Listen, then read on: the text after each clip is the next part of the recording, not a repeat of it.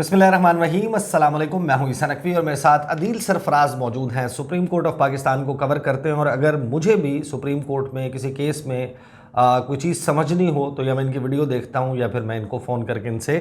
रहनुमाई लेता हूं। बड़े अच्छे रिपोर्टर हैं सुप्रीम कोर्ट के। बात कुछ यूँ है कि तकरीबन 4 महीने पहले यही जगह थी, इसी टेबल के इसी तरफ इन्हीं कुर्सी के ऊपर मैं और अदील सरफराज बैठे हुए थे। हम वीडियो कर रहे थे। एक स्टेटमेंट आया था मुस्लिम लीग नून की तरफ से।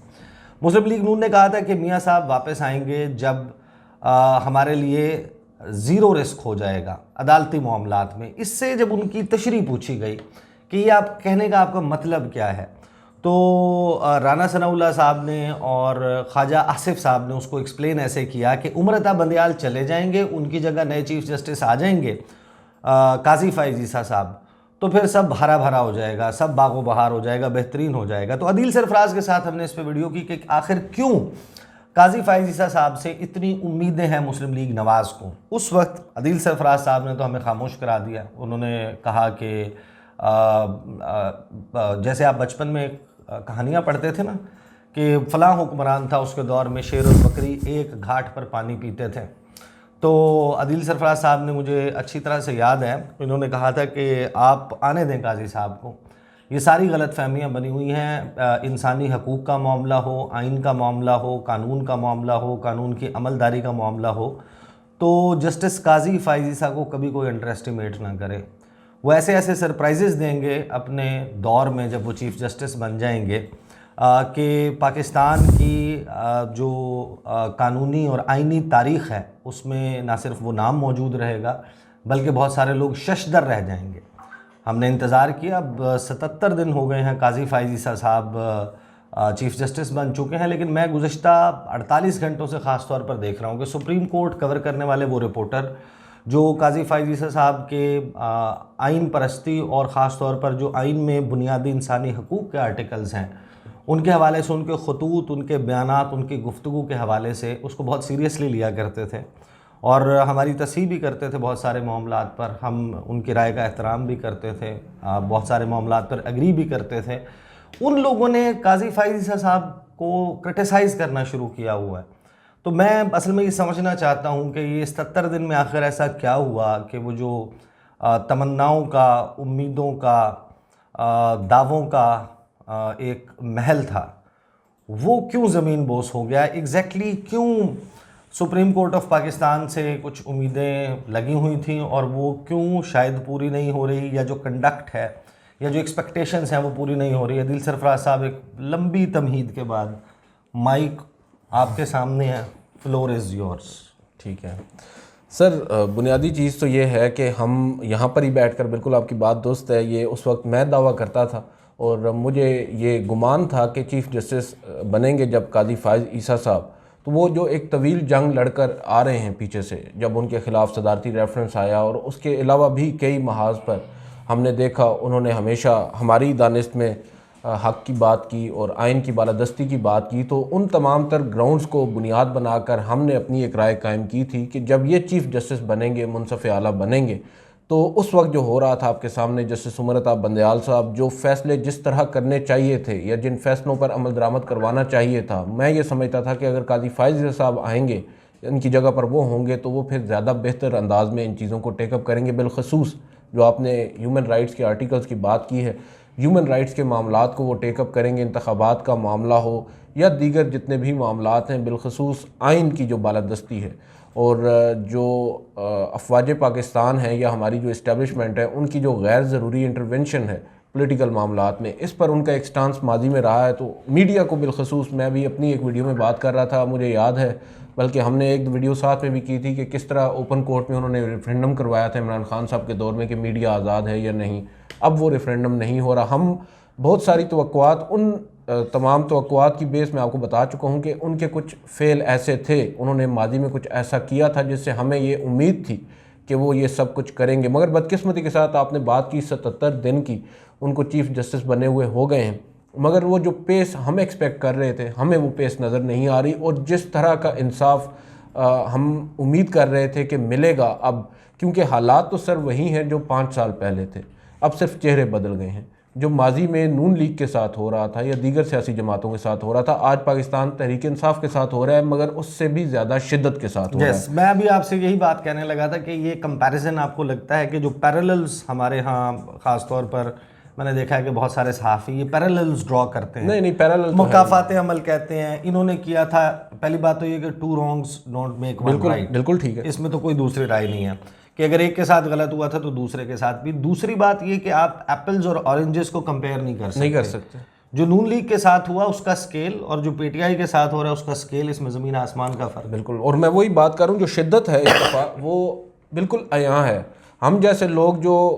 ख़ुद को कमेंटेटर कहते हैं या हम किसी सियासी एक जमात से वाबस्तगी हमारी नहीं है, अगर हम एक बात को एड्रेस कर रहे हैं, इसी तरह तमाम लोग ही जिनका ताल्लुक़ नहीं है किसी सियासी जमात से या वो इस सिस्टम का हिस्सा नहीं है, अगर वो ये बात कर रहे हैं कि एक सियासी जमात को दीवार के साथ लगाया जा रहा है, दैट मीन्स कि उसमें कोई चीज़ है, उसके पीछे कुछ चीज़ है, जो हक़ाइक़ हैं सामने, उनको आप नज़रअंदाज नहीं कर सकते। और इन हक़ाइक़ को जवाज़ बनाकर हम ये समझ रहे थे कि अब काजी फ़ायज़ ईसा साहब हैं, बेशक उनका माजी रहा है पाकिस्तान तहरीक इंसाफ के साथ, पाकिस्तान तहरीक इंसाफ की गवर्नमेंट के अंदर ही उनके ख़िलाफ़ एक रेफरेंस आया, एक पूरी मुहिम चली।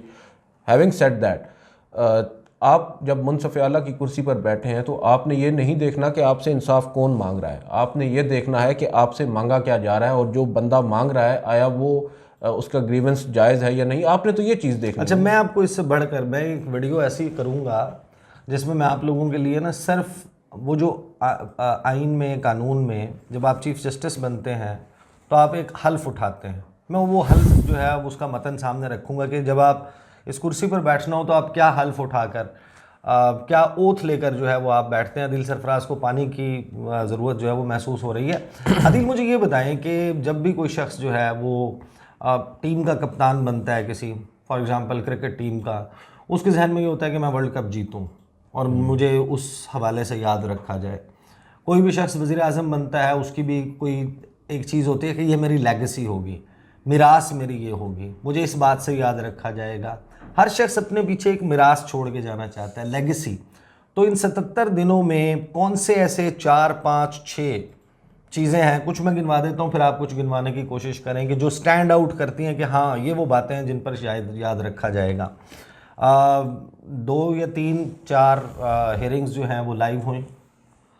पहले नहीं हुई थी, जाहिर है सिर्फ एक केस की supreme court practice and procedure act, हाँ वो स्टैंड आउट करेगा। दफ्तरों में अफसर को साहब ना कहो, अदालत को आलिया या उज़्मा ना कहो, आला ना कहो,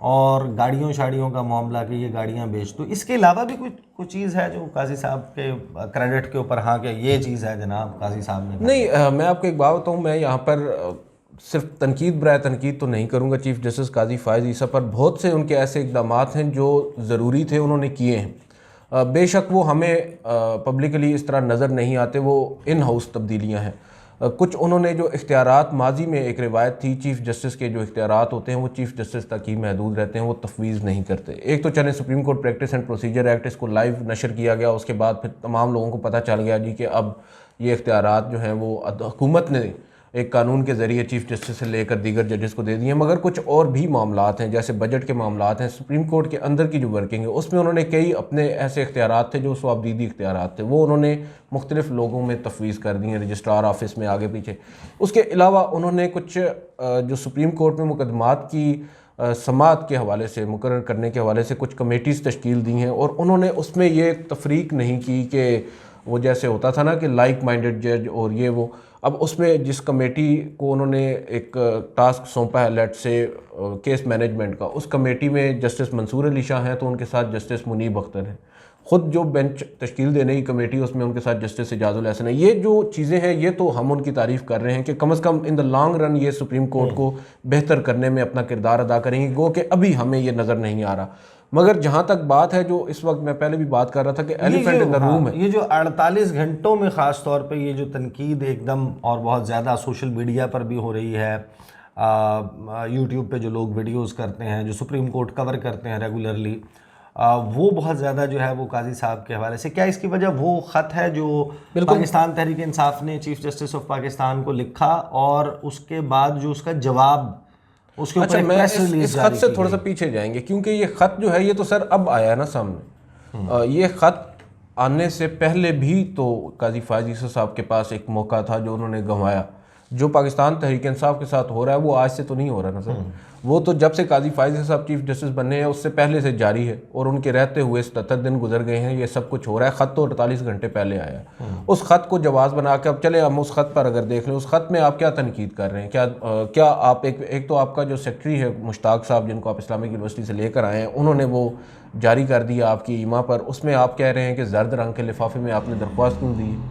ये आपका एतराज़ है। उसके बाद आप ये कह रहे हैं कि आपने इसको पब्लिक क्यों किया है। मैं ये नहीं कह रहा कि सफ़े इतने थे, फॉन्ट ये था, दस्तखत उसके थे, मतलब ये दस्तखत जरूरी करने बातें वाला हैं या लिखने वाला हाई प्रोफाइल था या लो प्रोफाइल था, यानी कि द वेरी फैक्ट कि आपको ख़त लिखा जाना पड़ा इस मनसब पर बैठे हुए। ये मेरा असल सवाल ये है ना कि आपको एक शख्स जो जेल में बैठा है and you are very much aware of it, आपने एक मुकदमे में बल्कि उस शख्स को ये मौका भी दिया, बुलाने की भी बात की कि अगर वो आना चाहे सुप्रीम कोर्ट में रिप्रेजेंटेशन के लिए नैब तरमीम केस में, वो अलग बात है कि उस केस को आपने, उस समात को आपने मशरूत कर दिया supreme court practice and procedure act के तफसीली फैसले के साथ, जो अभी तक आपने जारी भी नहीं किया, वो एक अलग बात है। बावजूद इसके अब इमरान खान साहब इस नहज पर पहुँच गए कि उनको कहीं भी उनको कोई ऐसी रेमेडी नज़र नहीं आ रही जिसको वो अवेल कर सकें। एट द लास्ट रिजॉर्ट उनको यही समझ में आई कि चीफ जस्टिस हैं काजी फायज ईसा साहब, हम जैसे कुछ नादान बड़े दावे किया करते थे उनसे मुतल्लिक, तो इमरान खान साहब ने कहा ज़रा इधर भी हम टेस्ट करके देख लेते हैं, क्या पता वो जो बातें इनके बारे में हुआ करती थी वो दुरुस्त होंगी। अब इमरान खान साहब, जहाँ तक मेरी राय है, वो तो दुरुस्त साबित हुए हैं। जो उनका एक माजी में एक स्टांस रहा है, गो कि वो भी काफ़ी पुरुमीद थे। आपको याद होगा सुप्रीम कोर्ट में आए थे 2-3 दिन मुकदमात की समाअत के लिए, तो मैंने उनसे स्पेसिफिकली एक तो रेफरेंस से मुतल्लिक पूछा था और ये पूछा था कि क्या आप उम्मीद हैं कि आपको इंसाफ मिलेगा having your past with him. उन्होंने कहा था कि मैं तो बहुत ज़्यादा पुरुमीद हूँ और मैं उनकी बड़ी रिस्पेक्ट करता हूँ और मुझे उम्मीद है कि वो हमें इंसाफ देंगे, जो नाइंसाफ़ी इस वक्त हो रही है। अब मसला ये नहीं है कि काजी फायज ईसा साहब जो काम उन्होंने करने हैं वो नहीं करे, वो बातें सब एक साइड पर हैं। मेन चीज़ ये है कि इस वक्त पाकिस्तान के अंदर एक इंतखाबात का माहौल है, ठीक है, इंतखाबात होने, आपकी मेहरबानी, आपने 8 तारीख को इंश्योर किया है, हम उम्मीद करते हैं, हम उस पर ज़्यादा आगे नहीं जाएंगे, जो बात हमने करनी अपनी बेगम से मैंने तो कर ली है, इंतखाबात की हो जाते हैं, मगर क्या इंतखाबात से कबल लेवल प्लेइंग फील्ड इंश्योर करना आपका काम नहीं है? आप सुप्रीम कोर्ट के चीफ जस्टिस हैं, आपने क्या मुल्क में साफ़ और शफाफ इंतखाबात का जो इनेकाद है वो यकीनी बनवाने के लिए मुख्तलिफ़ इदारों को आपने डायरेक्शंस नहीं देनी? अब जैसे इलेक्शन कमीशन ऑफ पाकिस्तान है, इलेक्शन कमीशन जो कुछ कर रहा है, आप उसको नोटिस तो आपको लेना चाहिए। वैसे आप अगर चंद सहाफ़ी आपके पास जाते हैं जो आपको पसंद हैं और आप उनकी राय से इत्तेफाक करते हैं, एक दरख्वास्त वो लेकर आते हैं, वो दरख्वास्त अभी दायर नहीं हुई होती, डायरेक्टली वो एक कागज़ का टुकड़ा आपको थमा देते हैं और आप ऑफिस को डायरेक्ट कर देते हैं कि आप इसको मुकर्रर कर दें और साथ मेरे सामने मुकर्रर कर दें, मेरे बेंच में लगा दें। वहाँ पर आपका इंसाफ का मयार मुख्तलिफ है। यहाँ पर इंसाफ का मयार ये है कि आप कह रहे हैं कि ये दरख्वास्त जो है ये ऐसे क्यों आई है, जर्द लिफाफे में क्यों आई है, तो ये काफ़ी ज़्यादा ये मुझे ज़रा गुत्थी सुलझाने की कोशिश करें कि इंतखाबात केस जो है वो भी इनके सामने लगा और 8 तारीख भी जो है वो आफ्टर ऑल एक ऐसे वक्त में जब there were no election in sight, अच्छा, वो काजी साहब की उसमें आए। मेरा सवाल थोड़ा सा डिफरेंट है, वो आ गए 8 फरवरी के लिए। मुझे ये बताइए कि उसमें जो ऑब्जर्वेशंस थी उसमें आइन शिकने की बात भी हुई, उसमें सदर मुमलिकत का बढ़ चढ़ कर तज़किरा भी हुआ, उसके बाद एक इजाफी नोट जो है वो जस्टिस सतर मिनल्ला का भी आया, उसमें भी आइन शिकनी का हवाला आया। ये भी कहा गया कि जो निगरान सेटअप है वो उसके लीगल और उसकी लीगैलिटी के ऊपर भी क्वेश्चन मार्क लग गया उस इजाफी नोट से भी और उन रिमार्क्स से भी जो कि during the proceeding of the court दिए गए। तो जब इतने पुरयकीन है कि आइन शिकनी हुई है, तो ये कैसे हो सकता है कि आप आइन शिकनी पॉइंट आउट करें और चीफ जस्टिस होते हुए आप उस आइन शिकनी पर किसी को भी रेप्रिमांड ना करें, आप कोई सख्त सज़ा दें, आप ना वो करें, लेकिन आप कम से कम उन लोगों को जो 21 अरब रुपए ना होने का कहकर, पंजाब में भी तो इलेक्शन 90 दिन क्रॉस किया ना, सिर्फ मरकज़ में नहीं किया, खैबर पख्तूनख्वा में भी किया, जिसने पार्लियामेंट में खड़े होकर कहा था कि मैं जजेस को बुलाऊंगा कमेटी में, बिलावल भुट्टो जरदारी, जिन लोगों ने जब सुप्रीम कोर्ट 90 दिन में इलेक्शन करवाना चाह रही थी बाहर धरना दिया जिन्होंने, जिस काबीना ने करारदाद पास की, जिस पार्लियामेंट ने करारदाद पास की, जिस वज़ीर-ए-आज़म ने स्टेटमेंट्स दी, जिस वजारत ख़जाना ने पैसे नहीं दिए, जिस इलेक्शन कमीशन ऑफ पाकिस्तान ने रोड़े अटकाए, वो भी तो जाहिर है कि फिर 90 दिन को रोकने के लिए ही था। और जिन जजेस ने उसका 3-4 की 4-3 की डिबेट किस तरह हुई, तो काजी साहब ने इसके ऊपर क्यों कुछ नहीं किया? सर मेरी तो पहले दिन से राय इस पर यही है, और मैं ऑन रिकॉर्ड बता देता हूँ कि जस्टिस अतर मिनल्ला ने जो फैसला दिया था, मैंने उस रोज़ ये बात की थी, जो उन्होंने नोट लिखा था वो दरअसल नोट नहीं होना चाहिए था, वो मेन फैसला होना चाहिए था। उसके नीचे दस्तखत सिर्फ अतर मिनल्ला साहब के नहीं बल्कि अमीनुद्दीन खान और जस्टिस काजी फ़ाइज़ ईसा के भी होने चाहिए थे। जो काजी फ़ाइज़ ईसा साहब का ऑर्डर है, माज़रत के साथ वो ऑर्डर तो था ही नहीं, उसमें तो सिंपल ये बता दिया गया है, पंचायत में ये हुआ, फैक्ट्स को बयान कर दिया गया कि ये हमारे सामने हुआ। और अब देखें ना, उसमें हम क्रेडिट दे रहे हैं जस्टिस काजी फ़ाइज़ ईसा को क्योंकि वो चीफ जस्टिस ऑफ पाकिस्तान है। इसके अलावा उनका क्रेडिट उसमें क्या बनता है, क्योंकि इलेक्शन कमीशन के वकील, मुझे याद है सजील सवाती साहब, एकदम सरप्राइज दे दिया कि हमने 11 फरवरी को, मुझे याद है I was the first one two report this कि 11 तारीख उन्होंने दे दी। हुआ ये कि सजील सवाती साहब आए रोस्टम पर, और इलेक्शन कमीशन के उमर हमीद साहब सेक्रेटरी हैं, समी इब्राहिम साहब मेरे साथ थे, हम कोर्ट रूम में बैठे थे। तो मैंने कहा यार इससे ज़रा पूछते हैं सेक्रेटरी से कि तारीख दे रहे हैं या नहीं दे रहे। तो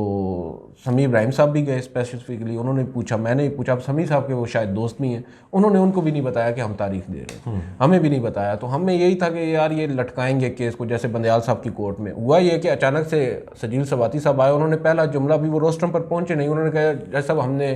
तय किया है कि 11 तारीख को हम इंतखाबात करवाएंगे, 11 फरवरी को। हम भागे बाहर टिकर लिखवाने के लिए, और वहाँ पर अब ये क्रेडिट हम काजी फ़ाइज़ साहब को कैसे दे सकते हैं? एक सूरत में ही दे सकते हैं कि उन्होंने केस मुकर्रर किया और उसमें आकर इलेक्शन कमीशन ने बता दिया। जो क्रेडिट बनता था काजी फ़ाइज़ साहब का, वो जो आप बात कर रहे हैं राइटली सो, जो ऑब्जर्वेशंस आपने कमरा अदालत में बैठकर दी हैं सदर आरिफ अलवी से मुतालिक, इलेक्शन कमीशन से मुतालिक जो बातें वहाँ पर हुई हैं, उनको तहरीरी शक्ल में आप क्यों लेकर नहीं आए? बेशक आप उनको कोई पेनल्टी आज ना करें, आप उनको जेल में ना डालें, उनको सज़ा ना दें, कम से कम उसको एड्रेस तो करें ना कि जो लोग जिम्मेदार हैं, अभी तक इंतखाबात क्यों नहीं हुए। उसमें शायद वजह ये थी कि आपको फिर डिफेंड करना पड़ता जस्टिस उमर अता बंदयाल साहब के उस फैसले को, बहुत सारी ऐसी बातें हैं। मगर जस्टिस अतर मिनल्ला को मैं अगेन उनकी तारीफ इस वजह से करूंगा कि उन्होंने कम से कम ही वॉज करेजियस इनफ के उन्होंने उस चीज़ को एड्रेस किया है। आप एटलीस्ट ये डिबेट तो सेटल कर सकते थे कि आइन का आर्टिकल 224 जो है, जिसमें 90 दिन लिखा हुआ है, वो मुकद्दम है, ना कि आइन का आर्टिकल जिसमें मर्दमशुमारी के बाद एक टाइम बार नहीं किया गया कि कब तक हल्का बंदियां जो हैं वो कर लेनी चाहिए। वो तो आपको भी याद होगा, ये जो उन्होंने इस तरह का एक ऑर्डर दिया है जिसमें महज ये एड्रेस किया गया है कि 8 तारीख को तय पाया है इंतखाबात, उस ऑर्डर में उन्होंने ये बातें नहीं की जो उन्हें करनी चाहिए थी।